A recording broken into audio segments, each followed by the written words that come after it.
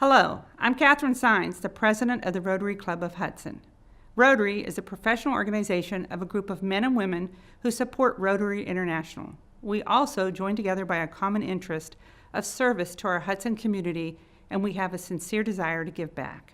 We meet weekly on Wednesdays at Laurel Lake Retirement Community, 200 Laurel Lake Drive, in their dining room. We meet from 7:30 to 8:30 and would like to invite you to join us. For more information about Rotary, go to www.rotaryhudson.org. Enjoy the following excerpts from one of our recent meetings and consider joining us on Wednesday morning.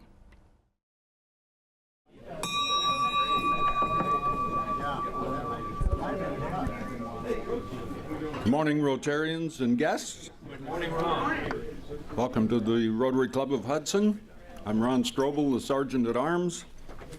Our invocation this morning is by our returning Rotarian, Joe Boisel. Welcome back from the long trek.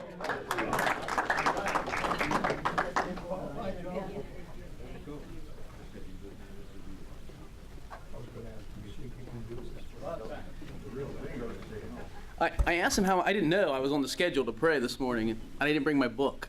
So we're gonna wing it here, all right? Let's pray together. Almighty God, our Heavenly Father, we give you thanks for this day. And we pray, Lord, that you would guide us throughout it. By your providential care, Lord, that you would keep us from all harm and all evil, but you would also help us to do good, to be light in the midst of darkness, and to bring hope to those who need it. We thank you for all the gifts that you have for us in this day, and for this food that we eat. And we ask for your blessing as we offer our gratitude. In your name, amen. Amen.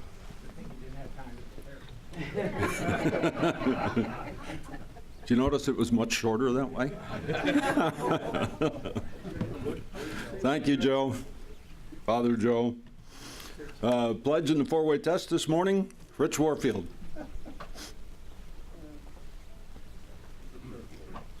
Boy, he didn't miss a beat, did he, huh? Those words just rolled right off his tongue. All right, let us pledge allegiance to the flag. Ready, Ed? Go. Pledge allegiance to the flag of the United States of America and to the republic for which it stands, one nation, under God, indivisible, with liberty and justice for all. All right, a four-way test. First, is it true? Second, is it fair to all concerned? Third, will it build goodwill and better friendships? And finally, fourth, will it be beneficial for all concerned? Good job. You too, Rich. To lead us in song, Dick Pearsall. I had a song all scheduled for today, but today belongs to the Indians. Take me out to the ball game, take me out to the park, buy me some peanuts and Cracker Jacks. I don't care if I never get back, so it's root for the home team. If they don't win, it's a shame, for it's 1, 2, 3 strikes you're out at the old ball game. Thanks, Indians. And our president, Catherine Sines.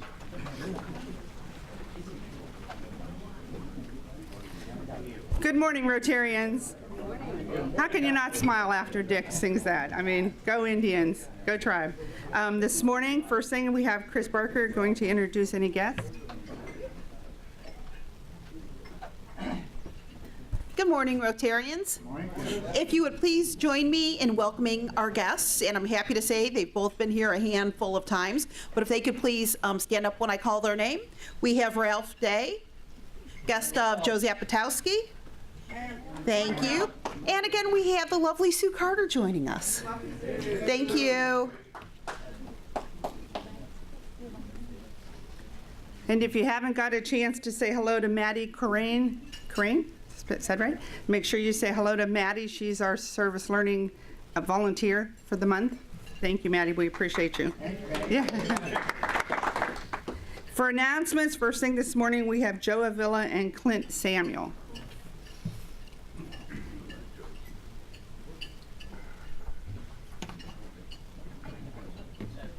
Okay, good morning. Clint's getting up here. Not more of an update than an announcement, but Clint and I had an opportunity a couple of weeks ago to attend the Rotary Youth Rotary Youth Exchange weekend down at the Akron Rotary Camp. And Saturday morning was training for the youth counselors and youth exchange officers, and then Sunday morning was some training and an overview for the host families. And then the students were there, the inbound and outbound students were there. They spend the entire weekend there. They go through training and some other events that bond the students together. That there are, so I just wanted to give you a little update. There are 10 inbound students in our district this year, and they come from Thailand, Germany, France, Brazil. We have 2 or 3, Taiwan, Spain, Japan, and India. And those students are being sponsored by a number of clubs, including Aurora, Lakewood, Strongsville, Medina, Mantua, and Garrettsville, Hiram.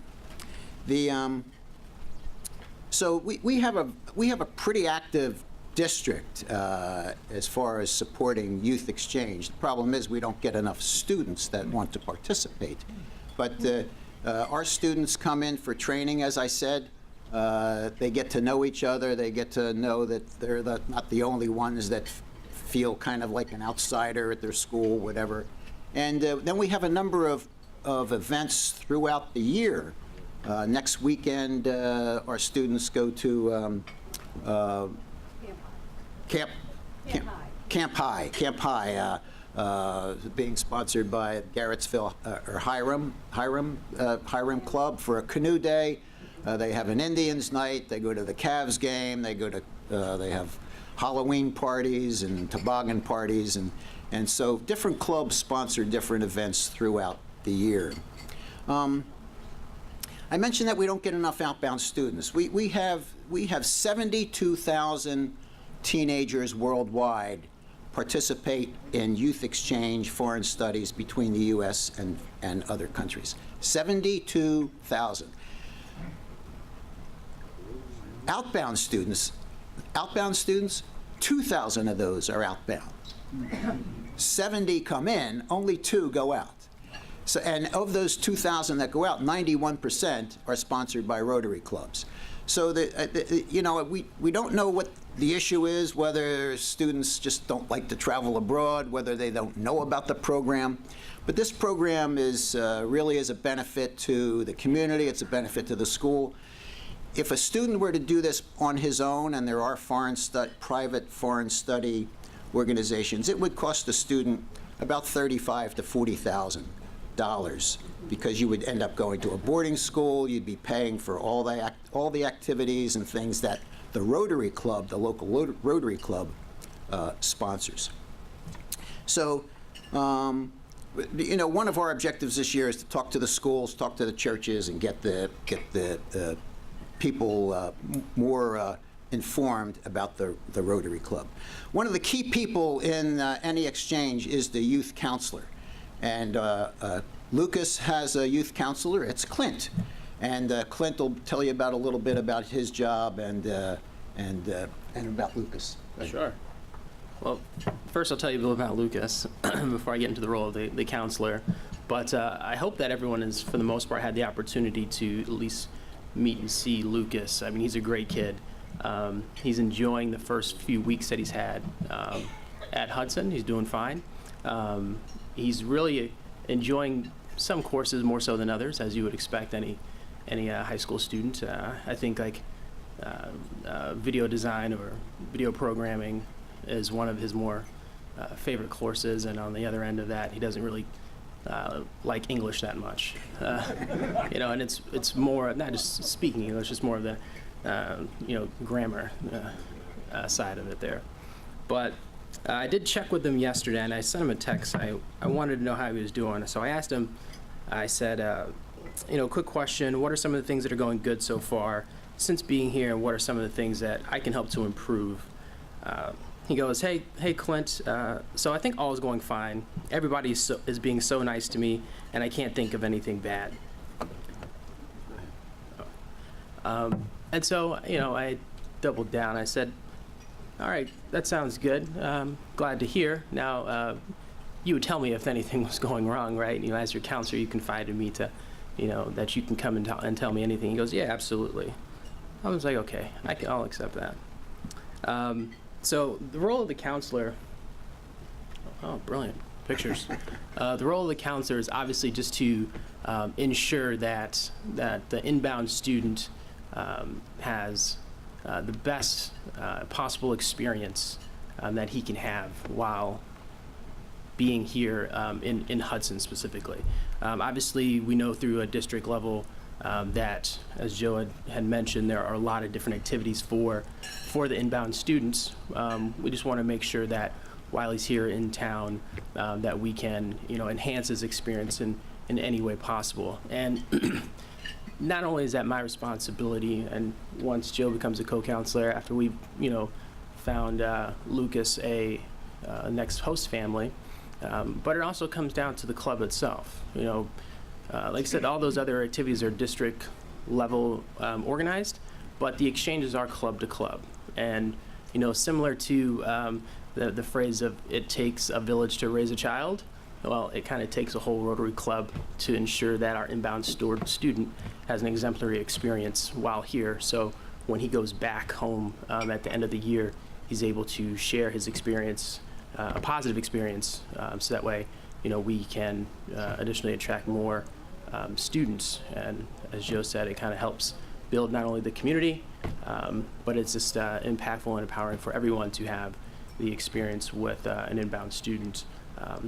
So it would be great if when you see him, if you can not only just kind of extend a hand to him by saying hi, but engage him in some meaningful conversation, just kind of make him feel welcome and part of the club, because some of the outbound students from last year when they came back and at that Rotary Camp weekend, they were sharing their experience, and it wasn't ideal. Some of the clubs weren't as active as our club is, and some of the counselors were less than helpful. So a lot of the times they would come to the club, but they truly felt like a foreigner, at the club. And again, some of the counselors there were not very helpful. Now, they were able to manage and push through that experience, but that was one of the things that if they could, wish that someone else that was in their position didn't have to experience, those would be the two things. So it's really important that we all collectively work together to ensure that our inbound student has a positive experience here. Good. Thank you, Clint. So you are cordially invited to, if you want to have Clint over for Sunday dinner or take him out for pizza or something, see Clint or I, and you're cordially invited to do that. I'll bring Lucas. Or Lucas, yeah, not Clint. Yeah, you invite Clint too.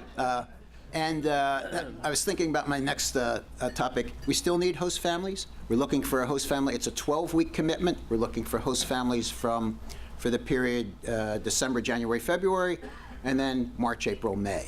So we're still reaching out to some people and seeing if we can get some host families. Thank you so much.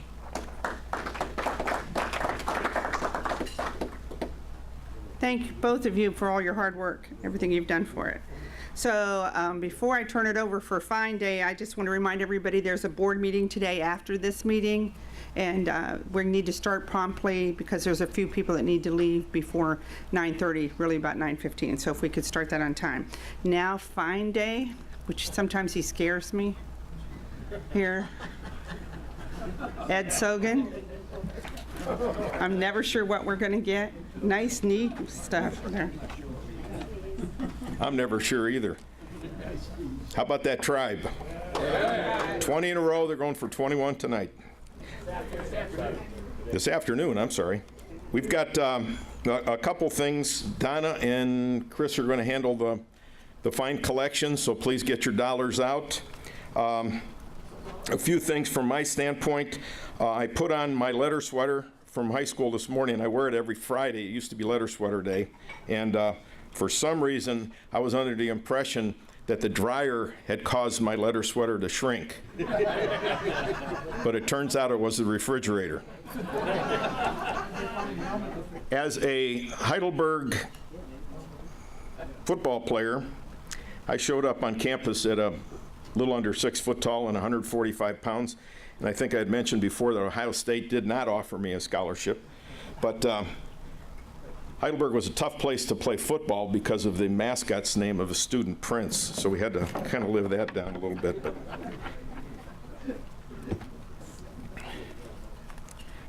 I found out I had another year of eligibility left. That's why I have the Hudson football helmet on. Oop.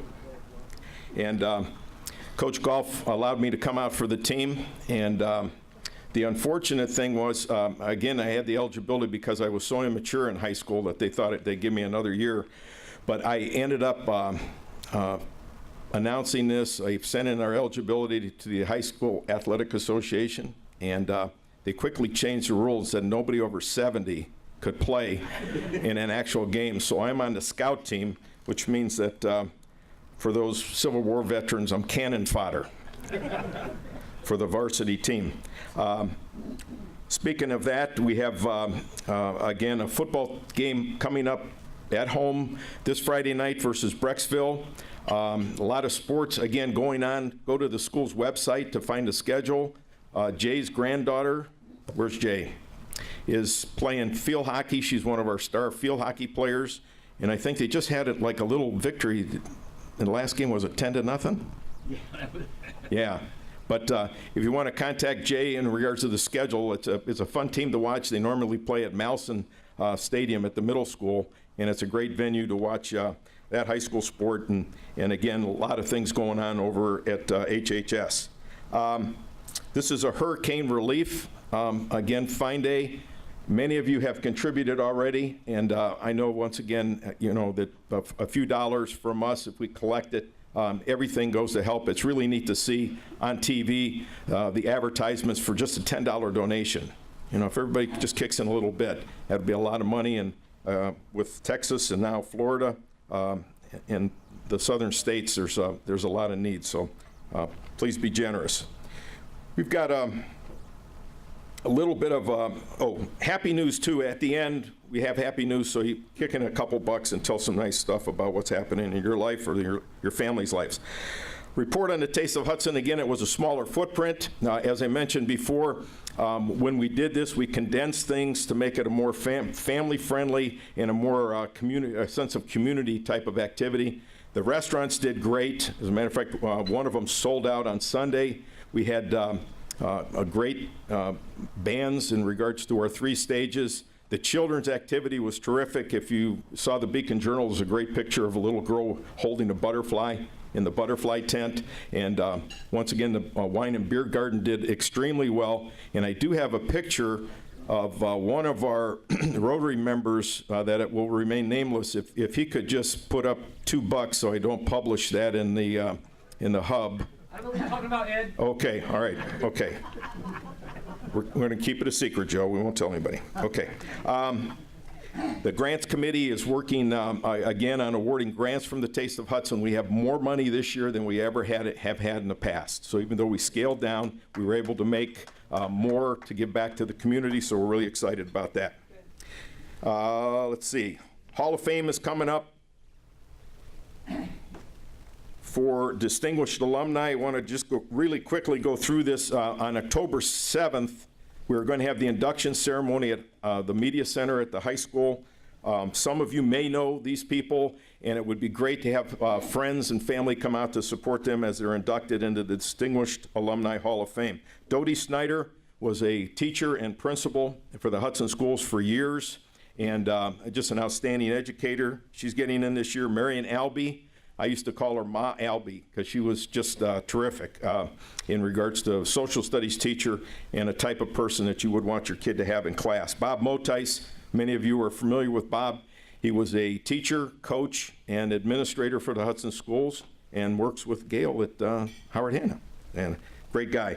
Lawrence Hoy is an outstanding artist and has worked with 6 different popes at the Vatican for art in Rome. So he's getting inducted. Rick Keller is president of the Margaret Clark Morgan Foundation. He's also president of the Talmadge School Board and a West Point graduate, will be getting in. Greg Naples, also a West Point graduate, a Ranger, and now an FBI agent in counterterrorism, will be getting inducted. Scott Sable on Fox 8 weatherman. He's a meteorologist, an outstanding individual, played baseball for us, and was a terrific student athlete, in addition to a pretty darn good meteorologist. He's the one that grows his beard for each time the Browns season comes around, and he'll shave it when they win a game. So I think it's hanging down to his shoes right about now. Brant Evans, who has talked to our group many times, is a chef and owner of the Blue Canyon and Purvita down in downtown Cleveland, lives in Hudson, and is just a great example of a kid that overachieved once he got out of high school. And Jerry Varnes is our fire chief and heads up the EMS, and he's getting inducted also. So it's 9 people are getting inducted. Again, if you go to the Hudson City Schools Foundation website, all the information is there in regards to getting tickets, and it includes breakfast to that special event. No pins and no badges, so if our crack crew would go around and get that, please hold up your dollars if you don't have a pin or a badge. Special fines. And Tom Tobin isn't here, is he? Okay, we'll nail him the next time, but he was the only one that showed up at the Rotary Club picnic when it was canceled. And and we can't get on him too much because I think did he bring the grill? Yeah, he brought the grill, so he was pretty sad. He sat there by himself for a couple hours and figured out that it wasn't happening. Ed Sogan, fine. On the Art on the Green show, I was supposed to show up with Bob Krampf and get the things out of Howard Hanna's basement for the event, and I was a mere 40 minutes late. So, mere 40 minutes late. I had an expression when I coached: if you're on time, you're late. 40 minutes late wasn't exactly what Bob Krampf wanted to see. And Bob, where you at? Here. Okay, you also are getting fined because of the language you used towards me when I showed up.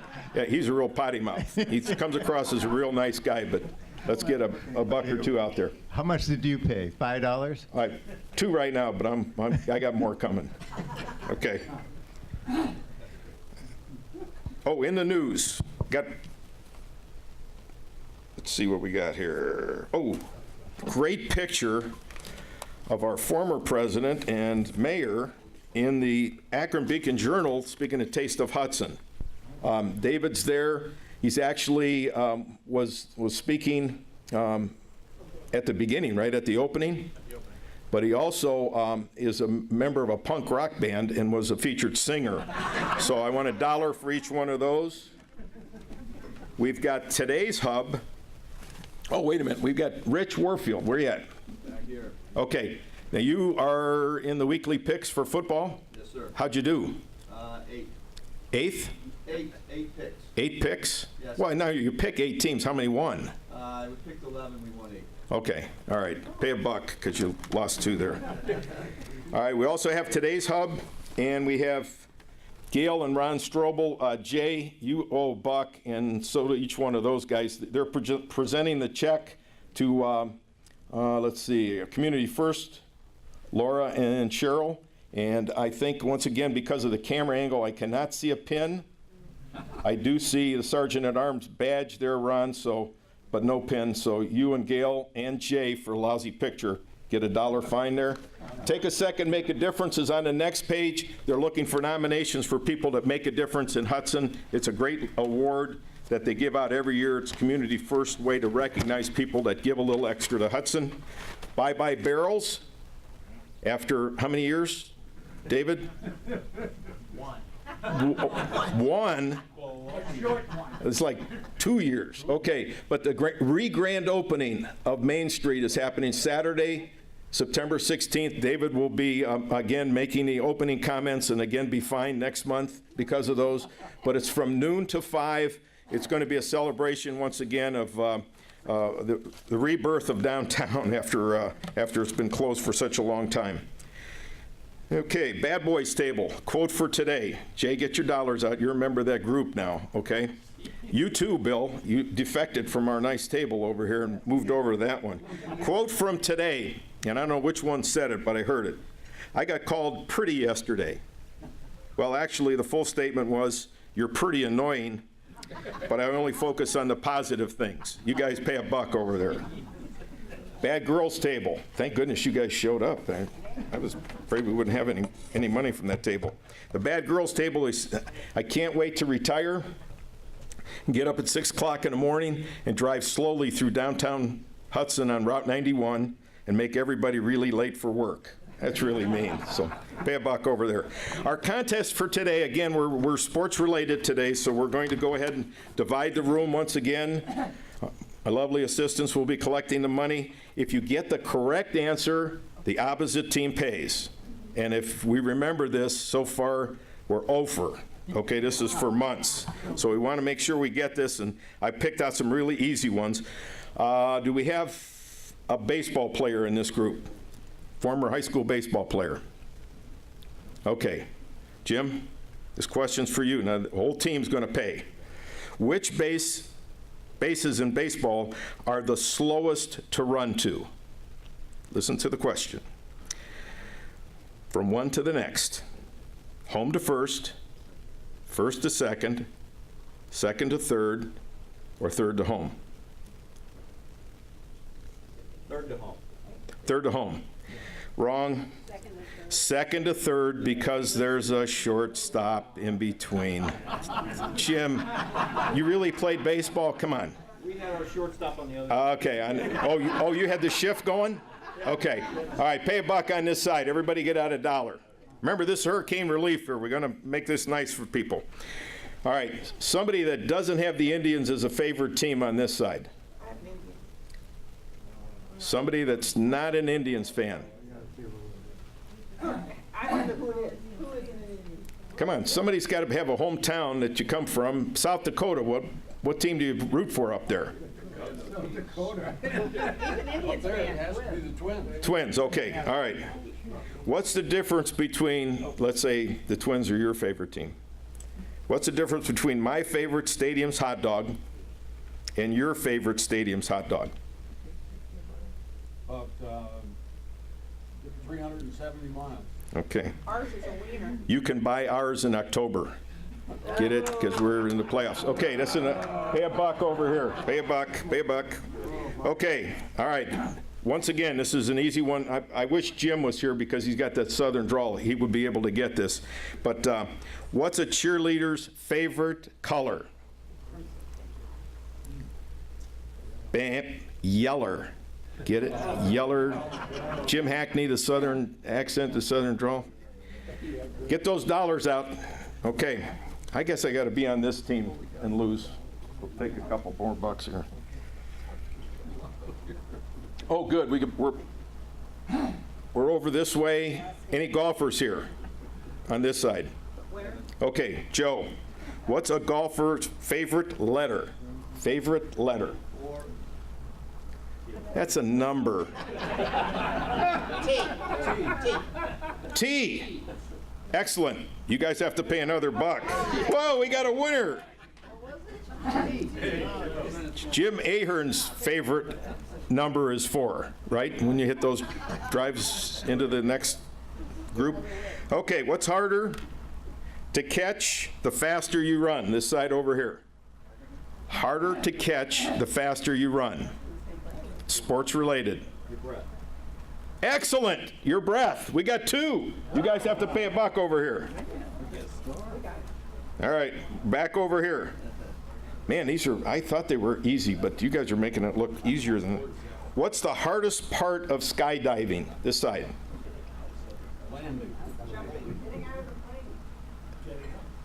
The ground. The ground. Okay. That was close, but pay $1. On this side. One of our female members still gets her milk delivered. And she stopped the milkman the other day and asked for an increase in the order. And he said, well, how much more do you want? She said, 60 gallons. He said, 60 gallons? She said, yes, I heard that a milk bath is really good for your skin. And he said, pasteurized? No, just up to my shoulders. Okay, okay, we'll move on. I already paid all my fine money, I'm sorry. No booze for that. Okay, Bob Hills had a birthday card being passed around, and I believe he's turning 89. So if any of you, again, are still in contact with him, make sure on September 16th, I believe that's this Saturday, is his birthday. And again, longtime member of our Rotary. He actually, again, was on the ground floor and actually built Lavelli Stadium back in the day, started the Booster Club, was a great member of our group, and Bob is one of those special people, and Marty, school board member, his wife for years and years, and also Random Acts of Kindness. So remember the two of them, they're great people. Jim Lang's is 23rd, and I don't believe he's here. Brad Nelson is on leave, but his birthday is the 26th, so if you see any one of those, we won't even sing happy birthday because we don't have anybody here. Wedding anniversary, Mary and Den Rich. 60 years of marital bliss. Now, Den says this. Mary doesn't say that. Marital bliss, 60 years. That was September 21st, 1957. Fantastic. Let's have a nice round of applause. Anybody that doesn't have 60 years, Joe, you got 60, so you're okay. Pay $1 if you don't have 60 years of marital bliss. Give another $1. We've got Rotary anniversaries. Dan Filburn, did I see Dan? Not here. Okay. Ed Sogan, 12 years, and Jim Lang, 1 year. Okay, happy news. Rich. We pay the fine because Barbara and I just celebrated our 25th, celebrate, we weren't really at home, but our 25th anniversary yesterday to my lovely wife, Barb, because everybody knows she's lovely and put up with me. Very good. All right, anybody else? Happy news.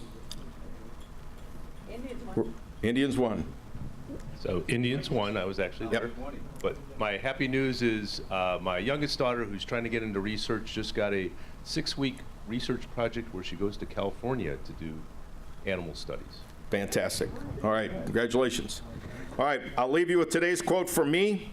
One person practicing sportsmanship is far better than 50 preaching it. That's from Newt Rockney. Have a great day, everybody. Thanks. I got to get this off.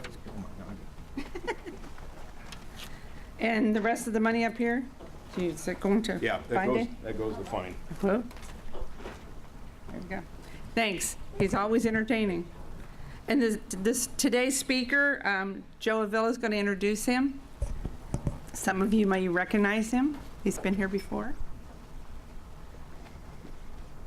Okay, today we continue with our theme, Rotary Month.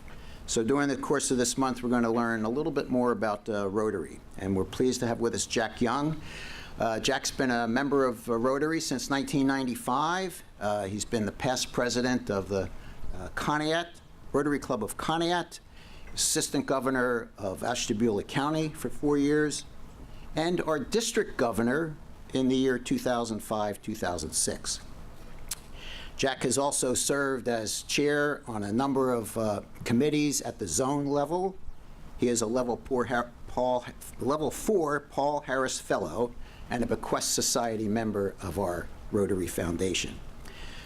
Jack is also does work, a lot of work with the Shelter Box USA and with the, let me read this, American Nicaragua Hope and Relief Foundation. As a matter of fact, he's made 11 trips to Nicaragua in the past 10 years or so. Jack has received a number of awards, but the one award that he did receive, a significant award, was the highest award from Rotary International back in 2010, and that's the Service Above Self Award.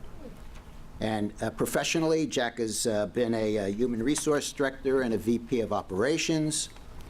He is also was an adjunct professor at Ohio University, Kent State, and Columbus Business College. Please extend a warm Rotary welcome to past District Governor Jack Young.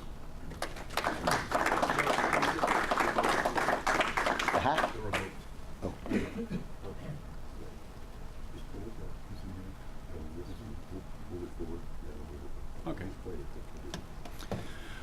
Thank you very much. I've been here. I'm a walker. I don't like to stand behind the podium, so I'll try to stay behind here to make it easy for everyone. First of all, I want to thank you for inviting me. I've been here a number of times, and it's always great to come back. And you're a great Rotary Club, and are to be commended for all that you do in the community and in the world. So again, it's a pleasure being here. I do want to support what has been said about our youth exchange. I was, the inbound chair for our district for 4 years. And the challenges we have, at least when I was the chair of the inbound program, is to really convincing parents to let their child go overseas. With all the turmoil in the world, it's very difficult sometimes for a parent to let that child go.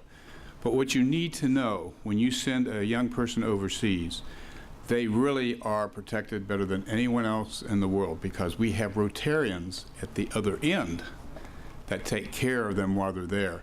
Sometimes their experiences may not always be the best, but sometimes we have some situations here too. So again, the youth exchange to me is our future of Rotary, and I commend you for spending your time to helping these young people when they come over, but also encourage you to provide education to parents to say, it's okay to send your child over. I don't know how many parents have come back to me and said, my child came back a completely different person, and that person is for the much better. So again, I commend, all of you being involved in that. Okay, Shelter Box. Shelter Box, as some of you may know, is an organization that was founded back in the year 2000 by a Rotarian in Cornwall, England, Tom Henderson. He was a Navy SEAL for England, and he saw the need to help provide relief for people who've lost everything in disasters. So he actually started in his home and garage, of putting together the Shelter Box kit.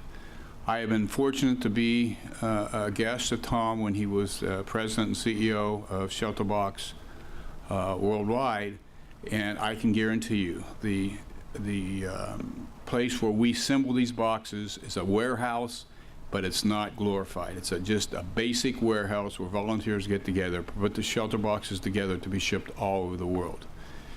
And so what you do is, when you provide a shelter box to those areas that need them, is to provide some hope, some dignity to those who've lost everything. And obviously what is happening, happened in Texas, and what has happened in Florida is something that happens, unfortunately, almost every day throughout the world. So that's why we're so passionate about providing, where we can, a basic shelter for people to survive. I don't have the tent with me. It's a tent that sleeps 8 to 10 people, even though we've recorded they sleep up to 18 in a tent. These are some of the things that go in it, the basic supplies to survive. How many are Boy Scouts or Girl Scouts in here have been? That's what it's all about, survival, and I think you know what I mean specifically.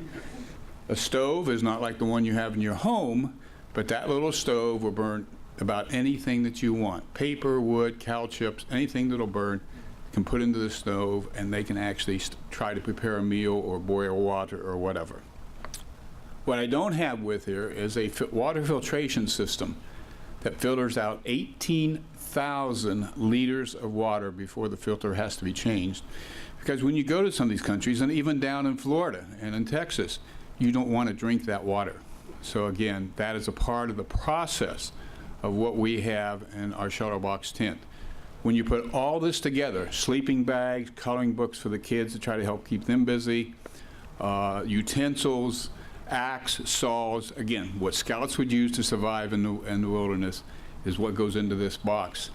The box, when full, and by the way, that's a mini version of the box. The older we get, they didn't want some of us old guys carrying 120 pounds around. They didn't want us to have a heart attack, so they gave us a sample box, but the box is about 8 times bigger than that one. But it weighs 120 pounds of things that we put in there for people to survive. However, over the last couple years, we have found out that every disaster does not require the same things. Sometimes they just want sleeping bags or something to put on the ground so they can cuddle up during the nights to keep off the coolness. Sometimes they just want a tent and they don't need other things. So we have been a little diverse in what we've been able to supply to a country based upon their needs, not ours, based upon their needs. In the United States, we have supplied tents and actually shelter box kits, which is a form of the shelter box. But many areas need FEMA housing. We're not FEMA. So we're not quite as successful maybe in getting tents out here in the United States, but I guarantee you when we ship them over the world, all over the world to Nepal, Africa, India, Japan, sometimes the tents are better than what people are living in. So this is something, it's a part of what we do, but we have to work with the government. We have to work with the disaster relief teams in the area to let us know what we can provide. One of the unique things about shelter boxes, we work very closely with the Red Cross in the world and FEMA and other organizations with disasters. So we have become recognized as a Rotary supported, a Rotary process that helps people who've lost everything. So you're part of an organization that is well known throughout the world. One of the things I like to mention is that I was on the board from 2007 to 2014, so I completed the maximum I can be on the board. So they made me a board member emeritus. I tried to get out of it a little bit, but they seemed to keep me involved. So we have been able to help others, and I've been able to go out to the clubs and talk personally what's on a deployment, because we use volunteers. We do not pay people to go out and educate. How do you set up a tent? How do you do this? How do you do that? We have volunteers. Many are school teachers, especially during the summer months. Others are professionals, nurses, doctors, to go out and go to a country, and sometimes on a 2 or 3 day notice, for 2 to 3 to 4 weeks to educate communities. Because in Haiti was our biggest deployment. We had over 32,000 shelter box tents in Haiti when that happened a few years ago. Obviously, one person can't put that up, or 2 people. So we educate whole communities how to put up a tent. Because our tents can withstand up to about 115, 120 mile-an-hour winds. Obviously, it would not help us now, so we go in after the fact. But our tents are designed to withstand a lot of wind, not necessarily a hurricane per se, maybe category 1 or 2, but certainly not 3 and 4s. So anyway, that is what that is all about, and that's what we're trying to do, is to provide that hope and dignity to those who have lost everything. And I mean who've lost everything. I think you've seen on TV what is there, what is not there, and some of the devastations. We're fortunate we didn't have more fatalities. We're blessed with that, but it's a very devastating. I just got a couple pictures because I wanted to have you an opportunity. Whoops. Oh, at the computer, that makes it. That's just some of the wins.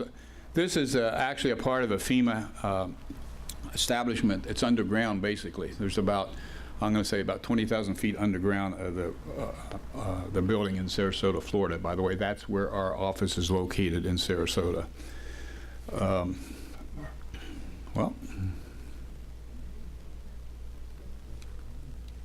I got the first one. Okay, this is again in Fiji now, where we were just addressing that's when that took place. But these are things that people are living with. Nothing. Their little hut, it's a wood hut, was completely destroyed. And for some folks, they don't know what else to do. We are fortunate in the United States. We have other help. We have families and so on. But they don't have families. So these are just a couple of the devastation pictures that we had in 2016 in Ecuador. So just to give you an idea, I mean, it happens to all of us. And so what we try to do is go to these areas that are really devastated and have no hope. And through your help, through your support, through Rotary support, we can give them some hope of trying to rebuild their future. As you've seen on TV, and I don't have actual pictures of that other than what we've seen on TV of the Caribbean, but the islands are so devastated down there, and I'm sure you may have relatives down there, or you may have friends that were there, that are so decimated by this particular hurricane. But we're supplying aid continually throughout the world that sometimes you don't even know about. I got an email from our home office yesterday that we have provided shelter box kits, which is kind of a makeup of different things They don't want the tent right now down there, but they need some things. It can be a stove, it can be sleeping arrangements, those kind of things, sleeping bags, ground cover, and so on. Our challenge, and a lot of people don't understand, is when you have a disaster, how do you get things and people in and out of countries? I think some of you seen that on the news. It's difficult, and when you're dealing with Japan, when you're dealing with India, it's very difficult. We put shelter boxes on camels in India to get over to Nepal. We floated them down rivers. And that's a unique thing, something we can do that. These shelter boxes, everything is usable. The shelter box, once the tin is up and they got their supplies out, their axe, their saws and so on, they can store food in it, but they can also help get kids across swollen rivers because it does float. And so adults can help get them across the river. So everything is usable. And what Tom Henderson started many years ago is certainly being used today in its fullest. Again, the logistics are a challenge to all of us, and certainly with the airfare and ships, we have that challenge. Now, what we're trying to do as a board, we started this about 5 years ago, is to purposely have 50,000 shelter boxes pre-positioned in 7 locations in the world. One of them was Houston, Texas. DHL gave us a warehouse for 1 year. Obviously, that is challenging right now, but our problem is we cannot get to 50,000. We may get up to 7,000, 8,000 shelter boxes because we need sponsorships and we need to pay for those boxes. And we just can't get there because every time we're starting to move up, another disaster happens in the world. Right now, Mexico, we have volunteer response team members in Mexico as well, dealing with the earthquake that they have down there. Global flooding. There's a flooding that has displaced 8 million people in Nepal that you may not even know about. So we're continually, as a shelter box staff, which we only have about 3 paid staff members in the United States, plus what is we have in the world, are trying to do what we can as Rotarians to provide that shelter, warmth, and dignity. And again, many times you don't hear about those things, but we're out there, and we have volunteers that fortunately will go over and assess it once we're invited into the country. We do have to be invited into that country. We just can't rush in. And then we work with their disaster teams to help provide that basic shelter. So again, these are just some of the things that we're dealing with.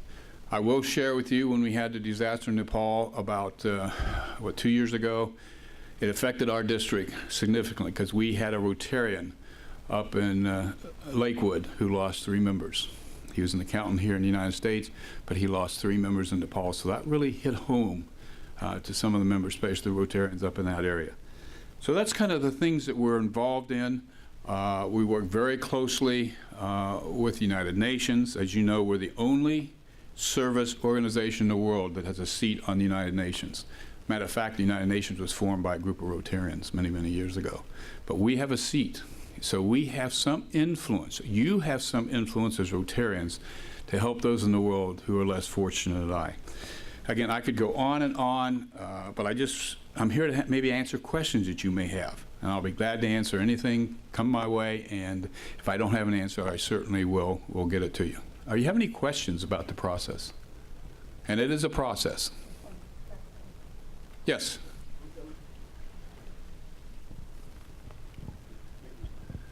I think it's a great idea. How much did you say those shelter boxes, that kit weighs? About 120 pounds with the full tent and everything.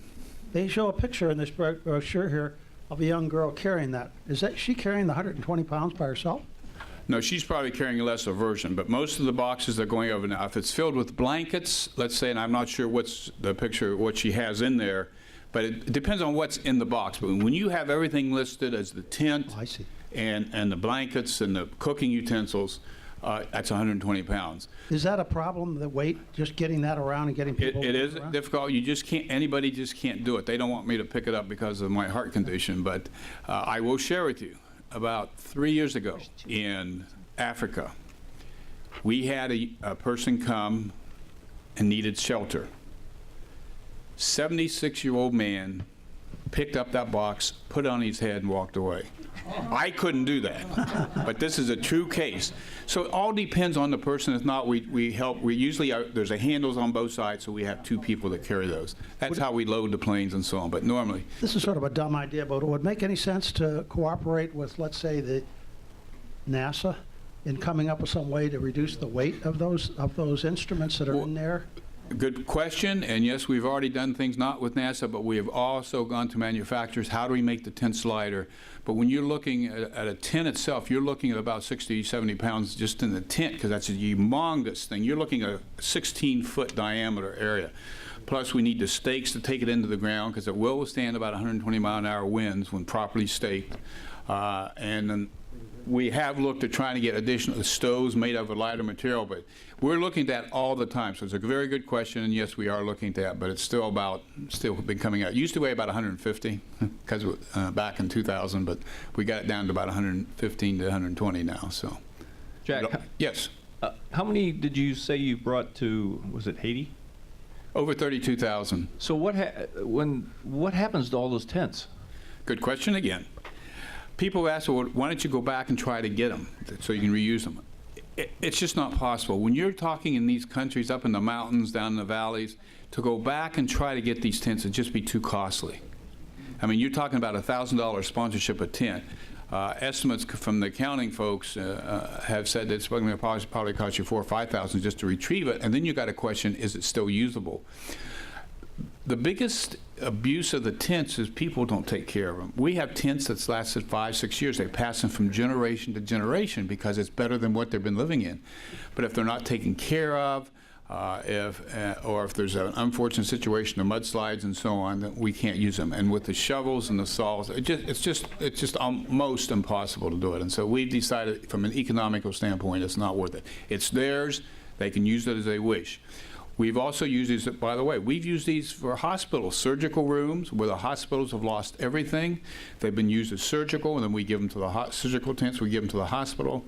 They've been used as birthing tents, so the women can give birth in dignity.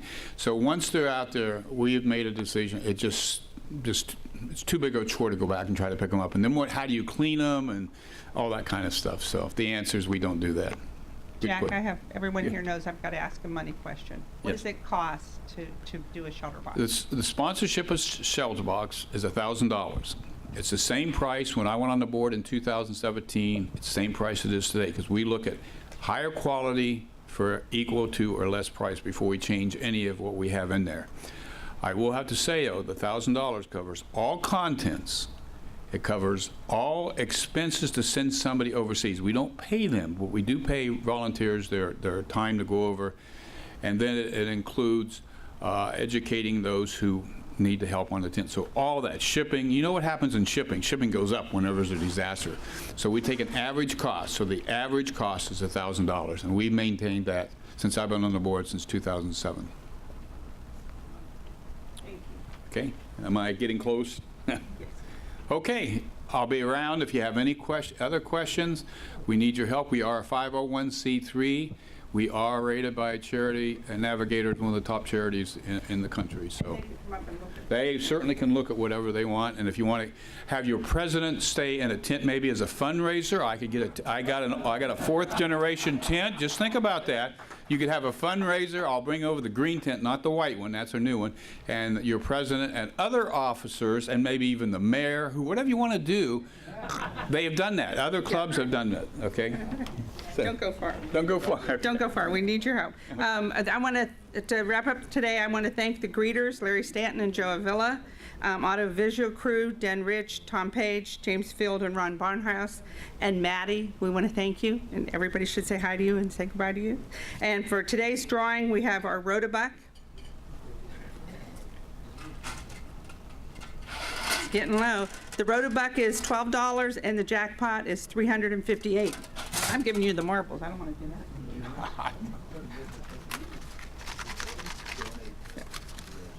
Just announce the last 4. The last 4, as soon as I can read them. Oh, it's upside down. How about 0, 3, 5, 8? Joe. Woohoo! I get 10%. Of $12?